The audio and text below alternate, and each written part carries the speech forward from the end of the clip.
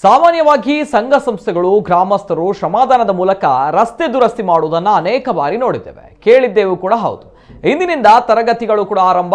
ಲವಲವಿಕೆಯಿಂದ ಸಮವಸ್ತ್ರ ಧರಿಸಿ ಶಾಲೆಗೆ ಹೋಗುವ ರಸ್ತೆ ತುಂಬಾ ಕೆಸರು. ಈ ರಸ್ತೆಯಲ್ಲಿ ಇನ್ನು ಮುಂದೆ ಹೋಗುವುದಾದರೂ ಹೇಗೆ ಎಂದು ಯೋಚಿಸಿ ಪುಟಾಣಿ ಮಕ್ಕಳಿಬ್ರು ಕೆಸರು ತುಂಬಿದ ರಸ್ತೆಯನ್ನ ಸರಿಪಡಿಸುವ ಮೂಲಕ ಸುದ್ದಿಯಾಗಿದ್ದು, ಸದ್ಯ ಚಿತ್ರವೊಂದು ಸಾಮಾಜಿಕ ಜಾಲತಾಣದಲ್ಲಿ ವೈರಲ್ ಆಗಿದೆ. ಬೆಳ್ಳಾರೆ ಗ್ರಾಮದ ಮೂಡಾಯಿ ತೋಟ ಬೆಳ್ಳಾರೆ ರಸ್ತೆಯ ಮಂಡೇಪು ಎಂಬಲ್ಲಿ ಮಣ್ಣಿನ ರಸ್ತೆಯು ಕೆಸರುಮಯವಾಗಿರುವ ದೃಶ್ಯ ಇದಾಗಿದೆ.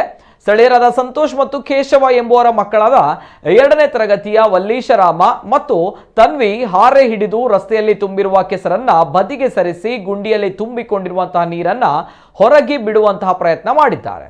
ಪ್ರಾಥಮಿಕ ಶಾಲಾ ತರಗತಿಗಳು ಕೂಡ ಅಕ್ಟೋಬರ್ 25ರಂದು ಆರಂಭವಾಗಲಿದ್ದು, ಇದೇ ಕೆಸರು ತುಂಬಿದ ರಸ್ತೆಯಲ್ಲಿ ಓಡಾಡಬೇಕಲ್ಲ ಎಂದು ಪೂರ್ವ ತಯಾರಿ ಎಂಬಂತೆ ಇಬ್ಬರು ಪುಟಾಣಿಗಳು ತಾವು ದಿನನಿತ್ಯ ಸಾಗಬೇಕಾದ ರಸ್ತೆಯನ್ನ ತಾವೇ ದುರಸ್ತಿಪಡಿಸುವಂತಹ ದೃಶ್ಯ ಎಲ್ಲರ ಗಮನ ಸೆಳೆದಿದೆ.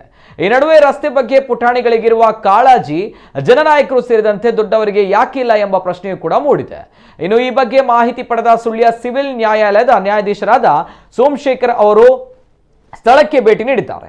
ಮಕ್ಕಳ ಕೈಯಲ್ಲಿ ಹಾರೆ ಹಿಡಿಸಿದ ಪೋಷಕರನ್ನ ಪ್ರಶ್ನಿಸಿದ್ದು, ಹಲವಾರು ಬಾರಿ ಪಂಚಾಯತ್ಗೆ ಮನವಿ ನೀಡಿದ್ರು ಕೂಡ ರಸ್ತೆ ಸರಿಯಾಗದ ಹಿನ್ನೆಲೆ ನಾವೇ ಶ್ರಮದಾನ ಮಾಡಿದ್ದು, ಈ ಸಮಯದಲ್ಲಿ ಮಕ್ಕಳು ಹಾರೆ ಹಿಡಿದಿದ್ದಾರೆ ಎಂದು ಪೋಷಕರು ನ್ಯಾಯಾಧೀಶರ ಬಳಿ ಹೇಳಿದ್ರು.